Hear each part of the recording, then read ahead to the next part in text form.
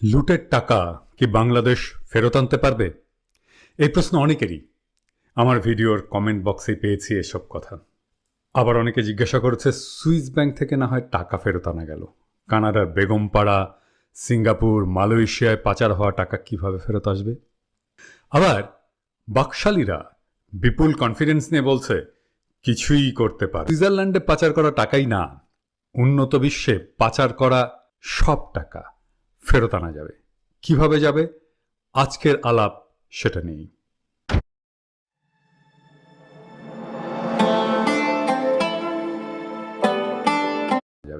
কিভাবে যাবে? আজকের আলাপ সেটা নেই। আলগা মোমেন বলেছে সুইজারল্যান্ডের কাছে তারা তথ্য চেয়েছে। সুইজারল্যান্ড একজনের তথ্য দিয়েছে। গত 2021 সালের জুন মাসে, মানে 1 বছর আগেই, সেই সো কল্ড সংসদে দাঁড়িয়ে লোটা কামাল বলেছিল কারা অর্থ পাচার করছে তার তথ্য সরকারের কাছে নেই। তো আলগা মোমেন, আপনার কাছে তো তথ্যই নাই কারা অর্থ পাচার করেছে, তো আপনি সুইজারল্যান্ডের কাছে কার তথ্য চাইছিলেন? আপনার মেয়ের হবু শ্বশুরের? বাওয়াল ঝাড়েন কেন? এদের কোনো কথা বিশ্বাস করবেন না। এরা এত মিথ্যা বলে যে কোনটা মিথ্যা কোনটা সত্যি বুঝতেই পারবেন না।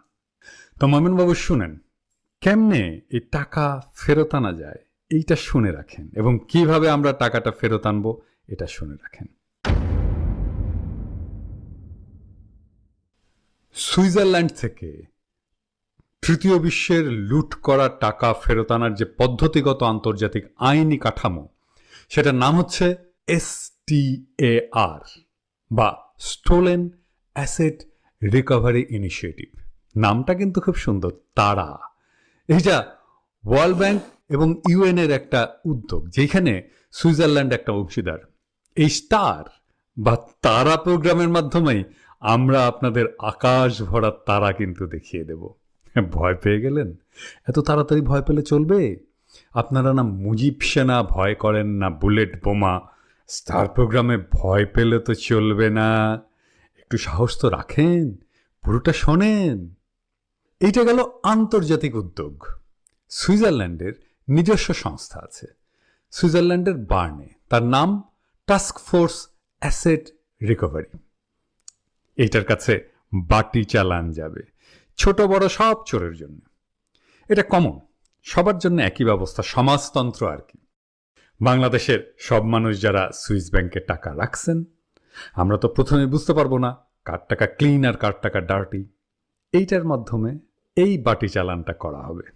আর আওয়ামী লীগের যারা দলের নানা পদে আছেন, অনেক টাকা দিয়ে বাগাইছেন, ছাত্রলীগের পদই তো কোটি টাকায় বিক্রি হয়, তাই না? তো আপনাদের পদের একটা দাম আছে না? তো এই পদে থাকার জন্যে আপনাদের ফাইল করা হবে illicitly acquired asset of politically exposed person, এইখানে সংক্ষেপে PEP। এই পদ্ধতিতেই হাইতির একনায়ক দুভেলিয়ার ছিল না, তার টাকাটা উদ্ধার করে হাইতিতে পাঠানো হচ্ছে। ফিলিপাইনের মার্কোস ছিল না, যার বউয়ের হাজার হাজার পিস জুতা পাওয়া গেছিল, মার্কোসের টাকা উদ্ধার করে ফিলিপাইনে অলরেডি ফেরত দেওয়া হয়েছে। এইটা যেই আইনে হয়, এটার নাম হচ্ছে federal act on freezing and restitution of illicit assets held by foreign politically exposed person.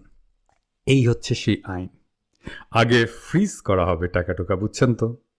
খুব চমৎকার সব গাইডলাইন আছে দেওয়া, একেবারে সব প্রসেস খুব সুন্দর করে এক্সপ্লেইন করা দেওয়া আছে। এই যে দেখেন গাইডলাইন।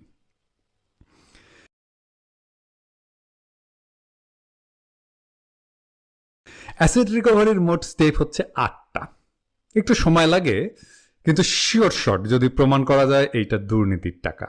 আর বাংলাদেশে যারা টাকা কামান, টাকা পাচার করেন, তারা জানেন আপনি 1 টাকাও বাইরে নিতে পারবেন না যদি বাংলাদেশ ব্যাংক পারমিশন না দেয়।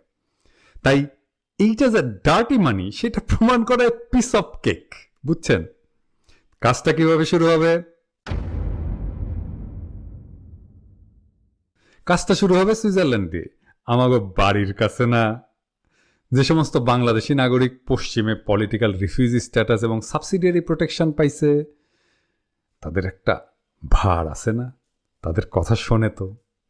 তারা সবাই ইউরোপীয় ইউনিয়ন এবং সুইস সরকারকে চিঠি লিখবে এই বলে বাংলাদেশের নাগরিকদের অ্যাকাউন্টগুলোর বেশিরভাগ অ্যাকাউন্টে ডার্টি মানি দিয়ে ভর্তি, এবং সরকারের সাথে জড়িতরাই যেহেতু এই পাচারের সাথে যুক্ত, তাই এই সরকার, হাসিনা সরকার যতদিন ক্ষমতায় আছে ততদিন তারা এই ডার্টি মানি নিয়ে ইনভেস্টিগেট করবে না, আপনাদের সাথে কোনো ধরনের কোঅপারেশনও করবে না। ইউরোপের নৈতিক দায় আছে এইটা নিয়ে ইনভেস্টিগেট করার নিজে নিজে, তারা যেন নিজেরাই এই তদন্ত শুরু করে।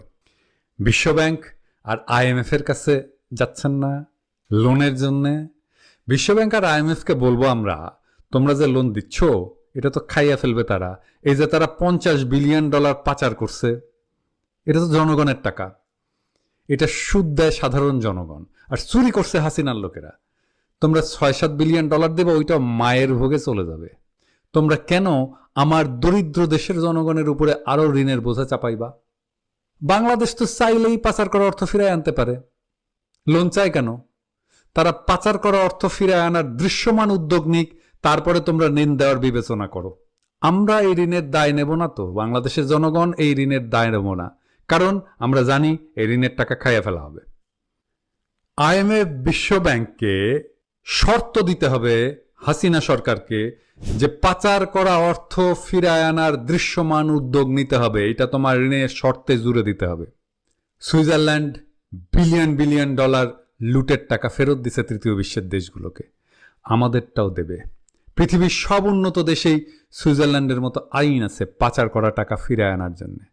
আমি আর একটা উদাহরণ দিচ্ছি, পাশের দেশ সিঙ্গাপুরে বাদ যাবে না একটা শিশু, তেমনি বাদ যাবে না একটা দেশও। কোনো লাভ নাই ভাইয়া, চেষ্টা করে ওই টাকা বাঁচাইতে পারবেন না, কোনো মাফ নাই। ওই টাকা বাংলাদেশের জনগণের, এইটা আমাদের জাতীয় সম্পদ, এইটাকে উদ্ধার করা আমাদের জাতীয় দেশপ্রেমিক দায়িত্ব। আরে আরে কি কাঁদছেন কেন? আরে দূর, কাঁদে নাকি? চিরদিন কি সবার সমান যায়? টাকা ভোগ করতে পারবেন না, শুধু তাই না, যার টাকা তার কাছে তো ফেরত যাবেই। বাংলাদেশ তো আপনার উপনিবেশ না, তাই না, যে লুট করবেন? বাংলাদেশের 18 কোটি মানুষের রক্ত পানি করা অর্জিত টাকা আপনি হাসতে হাসতে ডাকাতি করে নিয়ে চলে যাবেন, আর আমরা বসে বসে দেখব? এইটার শাস্তি তো শুধু টাকা ফেরত দেওয়া না, বাংলাদেশের জনগণের সম্পদ চুরি করার জন্য বাকি জীবন জেলখানায় কাটাবেন, চকরা বকরা ড্রেস পরে। ভালো না? পরিবেশটা সুন্দর, ওইখানে কোনো হইচই নেই। আর আমরা এই লুটের টাকা কাজে লাগাবো তরুণদের শিক্ষা, বয়স্কদের স্বাস্থ্য নিশ্চিত করার কাজে।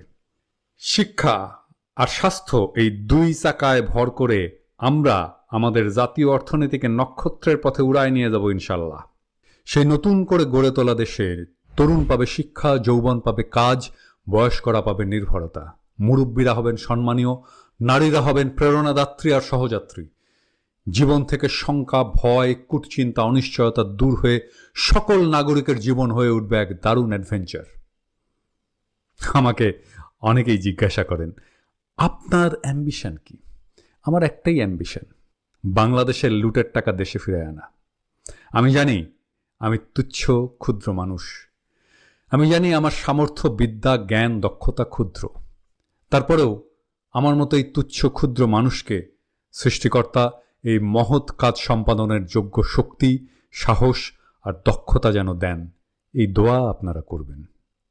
বাংলাদেশের জনগণের ওই লুটের টাকা ফিরিয়ে আনার হিম্মতের মধ্যেই লুকিয়ে আছে সে আগামীর বাংলাদেশ নামের মাতৃভূমি, যা হয়ে উঠবে এক অমিত সম্ভাবনা।